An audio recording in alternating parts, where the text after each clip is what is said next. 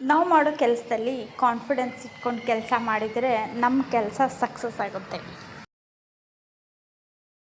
ನಮಸ್ತೆ ಎಲ್ಲರಿಗೂ, ಆರಾಮದಿರಿ ಅಂತ ಅಂದ್ಕೊತೀನಿ. ಇವತ್ತಿನ ವ್ಲಾಗ್ ಡೈಲಿ ವ್ಲಾಗ್ ಆಗಿರುತ್ತೆ. ಡೈರೆಕ್ಟ್ಲಿ ನನ್ನ ರುಟೀನನ್ನು ಶೇರ್ ಮಾಡ್ಕೊತಾ ಇದ್ದೀನಿ. ಎಪಿಸೋಡ್ 1, ಎಪಿಸೋಡ್ 2 ಅಂತ ಮ್ಯಾನಿಫೆಸ್ಟೇಷನ್ ಬಗ್ಗೆ ಸಾಕಷ್ಟು ವೀಡಿಯೋಸನ್ನು ಮಾಡಿ ಹಾಕಿದೆ. ಬಟ್ ಸಮ್ಟೈಮ್ಸ್ ಸ್ವಲ್ಪ ಚೇಂಜ್ ಆಗಬೇಕಾಗುತ್ತೆ. ಅದೇ ಅಂದರೆ ಬೋರ್ ಆಗುತ್ತೆ. ಇನ್ ಕೇಸ್ ಯಾರಿಗಾದರೂ ಮ್ಯಾನಿಫೆಸ್ಟೇಷನ್ ಬಗ್ಗೆ ಐಡಿಯಾಸ್ ಬೇಕು, ಯಾವ ರೀತಿ ಮಾಡಬೇಕು, ಹಾಗೇ ಅದ್ರ ಬಗ್ಗೆ ಚೂರು ಪಾರು ಇನ್ಫಾರ್ಮೇಷನ್ ಬೇಕಾಗಿದ್ದರೆ ಕಮೆಂಟ್ ಮಾಡಿ ನನಗೆ ಕೇಳ್ಬೋದು. ಸೊ ಅದ್ರ ಬಗ್ಗೆ ನಾನು ಹೇಳ್ತೀನಿ ಮತ್ತು ವಿಡಿಯೋದಲ್ಲಿ ಕ್ಲಿಯರಾಗಿ ನಿಮ್ಗೆ ಕ್ಲಿಯಾರಿಟಿಯನ್ನು ಕೊಡ್ತೀನಿ. ಹೇಳ್ತಾ ಇವತ್ತಿನ ವಿಡಿಯೋನ ಶುರು ಮಾಡೋಣ ಬರ್ರಿ. ಹೊಸಬ್ರು ಯಾರಾದರೂ ನೋಡ್ತಿದ್ರೆ ನನ್ನ ಚಾನಲ್ಗೆ ಸಪೋರ್ಟ್ ಮಾಡಿ, ಸಬ್ಸ್ಕ್ರೈಬ್ ಮಾಡಿಕೊಂಡು ವಿಡಿಯೋನ ನೋಡಿ. ಇನ್ ಕೇಸ್ ನಿಮ್ಗೆ ಏನಾದರೂ ವಿಡಿಯೋ ಇಷ್ಟ ಆಯ್ತಪ್ಪ ಅಂತಂದರೆ ಒಂದು ಲೈಕ್ ಮಾಡಿ, ಒಂದು ಹಾಯ್ ಅಂತ ಕಮೆಂಟ್ ಮಾಡಿ ಹೋಗದೆ ಮರಿಬೇಡಿ. ಆಲ್ರೆಡಿ ನನಗೆ ಯಾರೆಲ್ಲ ಸಬ್ಸ್ಕ್ರೈಬ್ ಮಾಡಿದ್ದೀರಾ ಅವ್ರಿಗೆಲ್ಲ ನನ್ನ ತುಂಬು ಹೃದಯದ ಧನ್ಯವಾದಗಳು. ಇದು ನನ್ನ ನೈಟ್ ರೂಟೀನ್ ಆಗಿರುತ್ತೆ. ಊಟ ಆದ ತಕ್ಷಣ ಏನೆಲ್ಲ ನನ್ನ ಒಂದು ಕೆಲಸನ ಮಾಡ್ಕೊತೀನಿ, ಅದು ಡೈಲಿ ಇರಲ್ಲ, ವೀಕ್ಲಿ ಒನ್ಸ್ ಈ ರೀತಿ ಡೀಪ್ ಕ್ಲೀನಿಂಗ್ ಆಗಿರ್ತದೆ. ಇಂಥ ಟೈಮಲ್ಲಿ ಏನೇನೆಲ್ಲ ನನಗೆ ಅನುಭವ ಆಗುತ್ತೆ ಅದನ್ನು ಶೇರ್ ಮಾಡ್ಕೋತಾ ಇದ್ದೀನಿ. ಐ ಹೋಪ್ ಇವತ್ತಿನ ಒಂದು ಡೈಲಿ ವ್ಲಾಗ್ ನಿಮಗೆ ಇಷ್ಟ ಆಗುತ್ತಾ ಅಂತ ಅಂದ್ಕೊತೀನಿ. ನೈಟ್ ಊಟ ಆದ ತಕ್ಷಣವೇ ಸ್ವಲ್ಪ ಡೀಪ್ ಕ್ಲೀನಿಂಗ್ ಮಾಡ್ಕೋಬೇಕು ಅಂತ ಶುರು ಹಚ್ಕೊಂಡೆ. ಒಂದು ವಾರ ಬಿಟ್ಟರೆ ಸಾಕು, ಎಣ್ಣೆ ಜಿಡ್ಡು ತುಂಬ್ಕೊಂಡ್ಬಿಟ್ಟಿರ್ತದೆ. ಈ ಬರ್ಷನ್ ಕಟ್ಟೆ ಆಗಿರ್ಬೋದು, ಸಿಕ್ಕಾಪಟ್ಟೆ ಜಿಡ್ಡಾಗಿ ಆಗಿರ್ತೈತಿ, ಇರಿಟೇಟ್ ಆಗುತ್ತೆ. ಡೈಲಿ ವಾಶ್ ಮಾಡೋಕ್ಕೆ ಕೆಲವೊಂದು ಸತಿ ಆಗೋದೇ ಇಲ್ಲ. ಎಷ್ಟೇ ನಾವು ಅಂದ್ಕೊಂಡ್ರೂ ಆಗೋದೇ ಇಲ್ಲ. ಬೇರೆ ಬೇರೆ ಕೆಲಸಗಳು ಹಾಗೆ ಕೂಡಿ ಬರ್ತಾನೆ ಇರ್ತದೆ. ಹಾಗಾಗಿ ಕೆಲಸ ಮಾಡೋಕ್ಕೆ ಸ್ವಲ್ಪ ಹಿಂದೇಟು ಹಾಕಿ ಹೋಗ್ತಾ ಇರ್ತೀವಿ. ಹೆಲ್ತ್ ಇಶ್ಯೂಸ್ ಆಗ್ತಿರ್ತಾವೆ ಕೆಲವೊಂದು ಸತಿ, ಹಾಗಾಗುತ್ತೆ. ಟೈಮ್ ನಮ್ಮ ಎಡಿಟಿಂಗ್ ಆಗಿರ್ಬೋದು, ಶಾರ್ಟ್ ವೀಡಿಯೋಸ್ ಎಡಿಟಿಂಗ್ ಆಗಿರ್ಬೋದು, ಸ್ಕೂಲ್ ಪರ್ಪಸ್ ಯಾವುದಾದ್ರೂ ಕೆಲಸ ಆಗಿರ್ಬೋದು, ಈ ರೀತಿ ಸಾಕಷ್ಟು ಕೆಲಸಗಳು ಅಡೆತಡೆಯಿಂದ ಡೀಪ್ ಕ್ಲೀನಿಂಗ್ ಸ್ವಲ್ಪ ಸ್ಟಾಪ್ ಆಗುತ್ತೆ. ಡೇ ಆ್ಯಂಡ್ ನೈಟ್ ಒಂದು ಮ್ಯಾನಿಫೆಸ್ಟಿಂಗ್ ನಂದು ಚಾಲೂನೇ ಇರ್ತದೆ. ನಿಮ್ಗೆ ಗೊತ್ತಾ, ವಾಸ್ತು ಪ್ರಕಾರ ಕ್ಲೀನಿಂಗ್ ನೈಟ್ ಆದಮೇಲೆ ಒಂದು ಗ್ಲಾಸ್ ನೀರಿಡಬೇಕು ಅಂತ ಒಂದು ಫಾಲೋ ಅಪ್ ಮಾಡ್ತೀನಿ. ಅದು ನಾನು ಯಾವತ್ತೂ ಮರ್ತಿಲ್ಲ, ನನಗೆ ಯಾವತ್ತೂ ಗುರ್ತಾಗಿದ್ದಿಲ್ಲ. ಸೊ ಅವತ್ತಿನಿಂದ ಒಂದು ಗ್ಲಾಸ್ ವಾಟರ್ನ ನಾನು ಅಲ್ಲಿ ಇಟ್ಟೇ ಇರ್ತೀನಿ. ಅದಾದಮೇಲೆ ನೆಕ್ಸ್ಟ್ ಮಾರ್ನಿಂಗ್ ನಿಮ್ಗೆ ಸಿಗ್ತಾಯಿದ್ದೀನಿ. ನೆಕ್ಸ್ಟ್ ಮಾರ್ನಿಂಗು ಸ್ಕೂಲ್ ಶುಟ್ಟಿ ಇದ್ದ ಕಾರಣ ಸ್ವಲ್ಪ ಲೇಟಾಗಿ ಹೇಳ್ತಾ ಇದ್ದೀನಿ. 7:30, 8 ಈ ರೀತಿ ಆಗ್ತಿದೆ. ಮಕ್ಕಳಿನ್ನೂ ಮಲ್ಕೊಂಡಿದ್ದಾರೆ.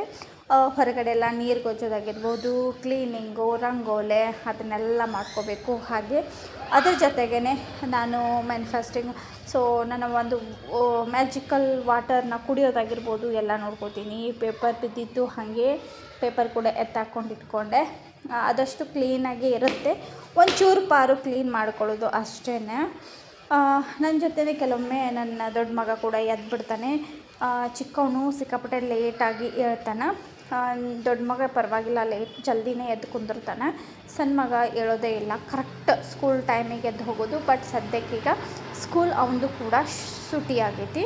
ಈಗ ನಾನು ರಂಗೋಲಿ ಅಂತ ಇದ್ದೀನಿ. ರಂಗೋಲಿ ಹಾಕಿದ ತಕ್ಷಣ ನನಗೆ ಟೈಮು ಹೆಂಗಂದರೆ ಟೀ ಮಾಡ್ಕೊಳ್ಳೋದಿಲ್ಲ. ಟೈಮ್ ನನಗೆ ಡೈಲಿ ಗಂಜಿನೇ ಕುಡಿತೀನಿ. ಟೈಮ್ ನನಗೆ ಟೀ ಕುಡೋ ಒಂದು ರೂಢಿ. ನನಗೆ ಮಾರ್ನಿಂಗ್ ಏನಾದರೂ ಒಂದು ಬೇಕಪ್ಪ, ಬಿಸಿಯಾಗಿ ಕಾಫಿನಾದರೂ, ಚಾನಾದರೂ, ಇಲ್ಲ ಗಂಜಿ ಏನಾದರೂ ಒಂದು ಬೇಕು. ಸ್ವೀಟ್ ಡ್ರಿಂಕ್ ಆಗಿರಬೇಕಾ ಅದು ಹಂಗೆ. ಈಗ ಲೆಮನ್ ಟೀ ಮತ್ತು ಅಕಸ್ಮಾತ್ ನನಗೆ ಶರ್ಬತ್ತು, ಈ ಬರೀ ನೀರು ಕುಡಿ ಅಂದರೆ ನನಗಾಗೋದಿಲ್ಲ. ಏನಾದರೂ ಬಿಸಿಯಾಗಿರೋದು ಬೇಕು. ಹಾಗೆ ಇಲ್ಲಾಂದರೆ ಅಟ್ಲೀಸ್ಟ್ ಬ್ಲ್ಯಾಕ್ ಟೀ ಆದರೂ ಕುಡಿತೀನಿ. ಇಲ್ಲಾಂದರೆ ಮಸಾಲೆ ಟೀ ಮಾಡ್ಕೊಂಡು ಕುಡಿತೀನಿ. ಮಸಾಲೆ ಟೀ ಸಖತ್ತಾಗಿರುತ್ತೆ. ಒಂದು ಸತಿ ಟ್ರೈ ಮಾಡಿ. ಬೆಲ್ಲ ಹಾಕಿ, ಲವಂಗ, ದಾಲ್ಚಿನ್ನಿ ಮತ್ತು ತುಳಸಿ ಎಲೆ ಹಾಕಿ ಮಾಡ್ಕೊಳ್ಳೋದು, ಅದು ಕೂಡ ಸಖತ್ತಾಗಿರ್ತದೆ. ಈ ಕಫಕ್ಕೆ, ಕೆಮ್ಮಿಗೆ, ನೆಗಡಿಗೆ ಸಿಕ್ಕಾಪಟ್ಟೆ ಒಳ್ಳೆಯದು. ಈಗ ನೈಟ್ ಏನು ಬಿಟ್ಟಿದ್ನೆಲ್ಲ ಅದನ್ನೆಲ್ಲ ಅರೇಂಜ್ ಮಾಡ್ಕೋತಾ ಇದ್ದೀನಿ. ಈಗೆಲ್ಲ ಮನೆಯಲ್ಲೂ ಇರ್ತದೆ. ನಾನು ಮಾಡೋದಷ್ಟು ಮೆಥಡ್ನ ಸ್ವಲ್ಪ ಹೇಳ್ತೀನಿ ಅಷ್ಟೇ. ಹಾಲು ಬಿಸಿ ಮಾಡ್ತೀನಿ. ಹಾಲಿದ್ದರೆ ಹಾಲು ಬಿಸಿ ಮಾಡ್ತೀನಿ. ಕೆಲವೊಂದು ಸತಿ ಆ ಹಾಲು ಕೊಡೋ ಅಣ್ಣ ಇದ್ದಾನಲ್ಲ, ಅವನು ನಮ್ಮ ಮನೆಗೆ ಕೊಡೋದನ್ನೇ ಮರ್ತು ಬಿಡ್ತಾನೆ. ಮರೆತು ಹೋಗಿ ನನಗೆ ಕೊಡೋಕ್ಕಾಗಿಲ್ಲ, ನಾನು ಏನು ಸುಟ್ಟಿ ಮಾಡಿದ್ದೆ ಅಂತ ಹೇಳ್ದ. ನಾನಂದೆ ಸುಳ್ಳು ಹೇಳ್ಬೇಡ ಅಣ್ಣ, ಸೊ ನೀನು ನಾನು ನೋಡಿದೆ, ಮನೆ ಹತ್ರ ಹೋದೆ, ನಾನು ನೋಡ್ತಾನೆ ಹೋದೆ, ಸೊ ಮರ್ತಿದ್ಯಾ ನೀನು ನಾನು ಹಾಲು ಕೊಡೋದು ಅಂತ ಬೈದೆ. ಅವ್ನು ಹೆಂಗೆ ಗೊತ್ತಾ, ಸೊ ಮರೆತು ಹೋಗ್ಬಿಡ್ತಾನೆ, ನಮ್ಗೆ ಹಾಲೇ ಕೊಡೋದಿಲ್ಲ. ನನಗೆ ಸಿಟ್ಟು, ನನಗೆ ಹಾಲು ಬೇಕಪ್ಪ, ಹಾಲಿದ್ದರೆ ನನಗೆ ಕಾಫಿ ಚಹಾ ಒನ್ ಡೇಯಲ್ಲಿ 3-4 ಟೈಮರನ್ನು ಆರಾಮ್ಸೆ ಕುಡಿತೀನಿ, ಅದ್ರ ತಕ್ಕ ಜಾಸ್ತಿ ನೀರು ಕೂಡ ಕುಡಿತೀನಿ. ಅದಾದಮೇಲೆ ಸೊ ಓಕೆ, ಈಗ ನಾನು ಮಾರ್ನಿಂಗ್ ಈ ರೀತಿಯಾಗಿ ಈ ಬರ್ಶನ್ ಕಟ್ಟಿ ನಾನು ರಾತ್ರಿನೇ ತೊಳೆದಿದ್ನಲ್ಲ, ಆದರೆ ಈಗ ಒಂದು ಸತಿ ಈ ರೀತಿ ನಾನು ತೊಳ್ಕೊತೀನಿ. ಯಾಕಂದರೆ ಜೊಂಡಿಗೆ ಹುಳ ಅದು ಇದು ಅಂತ ಎಲ್ಲ ಓಡಾಡಿರ್ತಾವೆ. ಅದ್ರ ಮೇಲೆ ನಾವು ಅಕಸ್ಮಾತ್ ಉಳ್ಳಾಗಡ್ಡೆ ಹಚ್ಚೋದಾಗಿರ್ಬೋದು, ನಮ್ಮ ತಿಂಡಿಗಳನ್ನು ಪ್ಲೇಟ್ಗಳನ್ನು ಇಡ್ತೀವಲ್ಲ, ನನಗಷ್ಟು ಇಷ್ಟ ಆಗಂಗಿಲ್ಲ. ಸ್ವಲ್ಪ ಇದನ್ನು ಈ ರೀತಿ ತೊಳೆದಾದ್ಮೇಲೆ ಸ್ವಲ್ಪ ಹೈಜಿನಿಕ್ ಆಗಿ ನನಗೆ ಫೀಲ್ ಆಗ್ತದೆ. ಈ ರೀತಿಯೇ ತೊಳ್ಕೊಳ್ಳೋದು, ಪರವಾಗಿಲ್ಲ. ಇದು ಡ್ರೈ ಆಗ್ತೈತಿ ಇಲ್ಲ ಬಟ್ಟೆಲೇ, ಮತ್ತು ನಾನು ನೀಟಾಗಿ ಕ್ಲೀನ್ ಮಾಡಿಕೊಂಡು ಇದ್ರ ಮೇಲೆ ನಾನು ಏನು ಬೇಕಾದರೂ ಆರಾಮ್ಸೆ ಚಾಪ್ ಮಾಡ್ತೀನಿ ಹಾಗೆ. ಸೊ ಹಾಲು ಕೂಡ ಕಾಯ್ತು. ಹಾಲು ಅದು ಏನಾಗಿತ್ತು ಗೊತ್ತಾ, ಹಾಲು ಅಂತೀನಲ್ಲ, ಯಾವಾಗಲೂ ಹಾಲು ನೈಟ್ ಕಾಸಲಿಲ್ಲ, ಒಡೆದೋಗ್ಬಿಡ್ತು. ಭಾಳ ಫೀಲ್ ಆಯಿತು, ಭಾಳ ಅಂದರೆ ಭಾಳ ನನಗೆ ಒಂದು ರೀತಿ ಕೆಟ್ಟ ಅನ್ನಿಸ್ತು ನನ್ನ ಮನಸ್ಸಿಗೆ. ನಿನ್ನೆ ಆದರೂ ತರಿಸಿದ್ನಿ, ಮತ್ತೆ ಹೊಡಿತಲ್ಲಪ್ಪ ಅಂಥೇಳಿ. ಈಗ ಹಸ್ಬೆಂಡಿಗೆ ಹೆಂಗೆ ಹೇಳೋದು, ಸೊ ಬೈಸ್ಕೊಳ್ಳೋದಾಗತ್ತೆ ಅಂಥೇಳಿ ಅಂದ್ಕೊಳ್ತಾ ಇದ್ನಿ. ಅದರ ಜೊತೆಗೇ ಈ ಕೋಲ್ಡ್ ವಾಟರ್ ಸ್ವಲ್ಪ ಬಾಟಲ್ ತುಂಬಿ ಇಡ್ತಾಯಿದ್ದೆ. ದೊಡ್ಡ ಮಗಂದು ಸಮ್ಮರ್ ವೆಕೇಷನ್ ಕ್ಲಾಸಸ್ ನಡೆದಿದ್ದೆಲ್ಲ, ಅವ್ನು ಹೋಗ್ತಾನೆ, ಅವನಿಗೆ ವಾಟರ್ ಬಾಟಲು ಸ್ನ್ಯಾಕ್ಸು ಎಲ್ಲ ಕೊಡ್ತೀನಿ. ಅಲ್ಲೇ ಊಟ ಇರುತ್ತೆ ಸ್ಕೂಲಲ್ಲಿ, ಅಲ್ಲಿ ಊಟ ಮಾಡ್ಕೋತಾನೆ ಅವನು. ಡೈಲಿ ರೂಟೀನ್ ಹೀಗೆ ಹೋಗ್ತಾ ಇರುತ್ತೆ. Daily as it is same ಇರುತ್ತೆ. ಸಮ್ ಟೈಮ್ ಅಷ್ಟೇ ಚೇಂಜ್ ಆಗುತ್ತೆ. ಅಂದರೆ ಈ ಬಟ್ಟೆ ಮಡ್ಚೋದಾಗಿರ್ಬೋದು 2 ಡೇಸ್ಗೆ ಒನ್ಸ್, ಇಲ್ಲಾಂದರೆ ವೀಕಲ್ಲಿ 1 ಟೈಮ್, ಅಂದರೆ ಸಂಡೇ ಅಂತ ಬಂದಾಗ ಬಟ್ಟೆ ಮಡ್ಚೋ ಒಂದು ಪ್ರೋಗ್ರಾಮ್ ಫಿಕ್ಸ್ ಆಗುತ್ತೆ. ಡೈಲಿ ಏನಾಗುತ್ತಂದರೆ ಈವ್ನಿಂಗ್ ಸ್ಕೂಲ್ ಮುಗಿದ ತಕ್ಷಣ ಡಬ್ಬಿಗಳನ್ನು ತೊಳೆಯೋದು, ಕ್ಲೀನ್ ಮಾಡೋದು, ಬೆಳಗ್ಗೆ ಎಲ್ಲ ಹರಡಿರ್ತದೆ ಕೌಂಟರ್ ಟಾಪ್, ಸೊ ಅದನ್ನೆಲ್ಲ ಇದು ಮಾಡ್ಕೊಳ್ಳೋದಾಗ್ತದೆ. ಈ ಕೆಲಸಕ್ಕೆ ಹೋಗೋರಿಗೆ ಇದೇ ಒಂದು ಪ್ರಾಬ್ಲಮ್ಮು. ಇದೇ ರೀತಿ ಆ್ಯಸ್ ಯೂಶ್ವಲಿ ಸೊ ಕಾಮನ್ ಆಗಿ ನನ್ನ ರುಟೀನ್ ಇರ್ತದೆ. ಕಾಮನ್ ಅಂತಂದರೆ ಇವಾಗ ಎಲ್ಲರ ಮನೆಯಲ್ಲಿ ಹೆಂಗಿರುತ್ತೋ ಹಂಗೆ ನಂದು ಕೂಡ ಇರ್ತದೆ. ಅದಾದಮೇಲೆ ಈ ಫ್ರಿಜ್ಜಲ್ಲಿ ಈ ಬಾಟಲ್ಸ್ ಇಡೋದಿಲ್ಲ, ದೊಡ್ಡ ಟಾಸ್ಕ್ ಅಂತಲೇ ಹೇಳ್ಬೋದು. ಯಾಕಂದರೆ ಕುಡಿಯೋರು ಬೇರೆ, ತುಂಬೋರು ಬೇರೆ ಅಂದಾಗ ಹೀಗೆ ಆಗೋದು. ಯಾಕಂದರೆ ಈಗ ಯಾರು ಕುಡಿತಾರೋ ಅವರು ಇನ್ನಷ್ಟು ಅದ್ರಾಗ ಫಿಲ್ ಮಾಡಿ ಫ್ರಿಜ್ಜಲ್ಲಿಟ್ಟರೆ ಆಯ್ತಪ್ಪ. ಅದು ಬಿಡ್ತಾರೆ, ಎಲ್ಲ ಖಾಲಿ ಮಾಡಿ ಒಂದು ಸೈಡ್ ಇಟ್ಟಿರ್ತಾರೆ.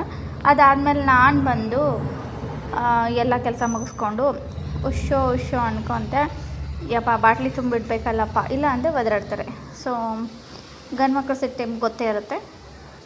ಅಕಸ್ಮಾತ್ ಗಂಡು ಮಕ್ಳು ಯಾರಾದರೂ ನೋಡ್ತಿದ್ರು ಕೂಡ ಸೊ ನಿಮಗೊಂದು ಗೊತ್ತೇ ಆಗುತ್ತೆ. ಸೊ ನೀವು ಕೂಡ ಸಿಟ್ಟು ಮಾಡ್ತಿರ್ಬೋದಲ್ಲ, ಹಾಗಾಗಿ ಸಿಟ್ಟು ಮಾಡ್ಕೊಂಬಿಡ್ತಾರೆ. ಸೊ ಬಾಟ್ಲಿ ತುಂಬಿಲ್ಲ, ನಾವು ನೀರು ಹೆಂಗೆ ಕುಡಿಬೇಕು ಅಂಥೇಳಿ. ಈಗ ಹಾಲು ತೋರ್ಸಾಕತ್ತೀನಿ ನೋಡಿರಿ. ಹಾಲು ಐತಂತ ಆಸೆಯಿಂದ ಹಾಲು ಕಾಸಿದ್ದೆ, ಚಹಾ ಮಾಡಿ ಕುಡಿಬೇಕಂಥೇಳಿ ಆಗಲಿಲ್ಲ. ಬಟ್ ಆದರೂ ಆಮೇಲೆ ಮತ್ತೆ ಹಾಲು ತಂದು ಕೊಟ್ಟರು, ಖುಷಿ ಆಯಿತು. ಮತ್ತು ನೀಟಾಗಿ ಅದನ್ನು ಹಗಲು ರಾತ್ರಿ ಮಧ್ಯಾಹ್ನ ಎಲ್ಲ ಕಾಸಿ ಇಟ್ಕೊಂಡೆ, ಆ ರೀತಿ ಆಯಿತು. ಸೊ ಮುಂಜಾನೆ ಇಷ್ಟ ಆದಮೇಲೆ ನನಗೆ ಹಾಲು ತಂದು ಕೊಡ್ತೀನಿ ಅಂತ ಅಂದರು. ಅದಾದಮೇಲೆ ನಾನು ನನಗೆ ಮ್ಯಾಜಿಕ್ ವಾಟರ್, ಮ್ಯಾನಿಫೆಸ್ಟಿಂಗ್ ವಾಟರ್ನ ತೊಗೊಳಕ್ಕೆ ಶುರು ಮಾಡಿದೆ. So simply as it is. ಇದ್ರ ಬಗ್ಗೆ ಡೀಟೇಲ್ಸ್ ಬೇಕಂದರೆ ಯೂಟ್ಯೂಬಲ್ಲಿ ಆಲ್ರೆಡಿ ನಾನೆಲ್ಲ ಹಾಕಿದ್ದೀನಿ, ಎಪಿಸೋಡ್ಗಳನ್ನು ಹಾಕಿದ್ದೀನಿ, ಚೆಕ್ಔಟ್ ಮಾಡಿ ನೋಡಿ ಯಾವ ರೀತಿ ಇದನ್ನು ಮಾಡ್ತೀನಿ ಮ್ಯಾನಿಫೆಸ್ಟಿಂಗ್ ಅಂತ. ಮ್ಯಾನಿಫೆಸ್ಟೇಷನ್ ಭಾಳ ಈಸಿ ಅದ, ನಮ್ಮ ಮನಸ್ಸಿನ ಮೇಲೆ ಹೋಗುತ್ತೆ. ಪ್ರತಿಯೊಂದು ಕೆಲಸನ ನಾವು ನಮ್ಮ ಒಂದು ಅನುಭವದ ಮೇಲೆ ಹೋಗುತ್ತೆ. ಸೊ ನಾವು ನಮಗೆ ಮಾಡಬೇಕು ಅಂತ ಒಂದು ಡಿಸೈಡ್ ನಮ್ಮಲ್ಲಿ ಇತ್ತಪ್ಪ ಅಂತಂದ್ರೆ ನಾವು ಮಾಡ್ತೀವಿ. ಏನು ಬೇಕಾದರೂ ಗೆಲ್ಬೋದು, ಏನು ಬೇಕಾದರೂ ಫೇಸ್ ಮಾಡ್ಬೋದು. ಸೊ ಒಂದು 10 ನಿಮಿಷ 5 ನಿಮಿಷ ಅಷ್ಟೇ ತೊಗೋತೀನಿ, ಯಾಕಂದರೆ ಹೆಚ್ಚು ಟೈಮ್ ತೊಗೊಳಕ್ಕಾಗೋದೇ ಇಲ್ಲ.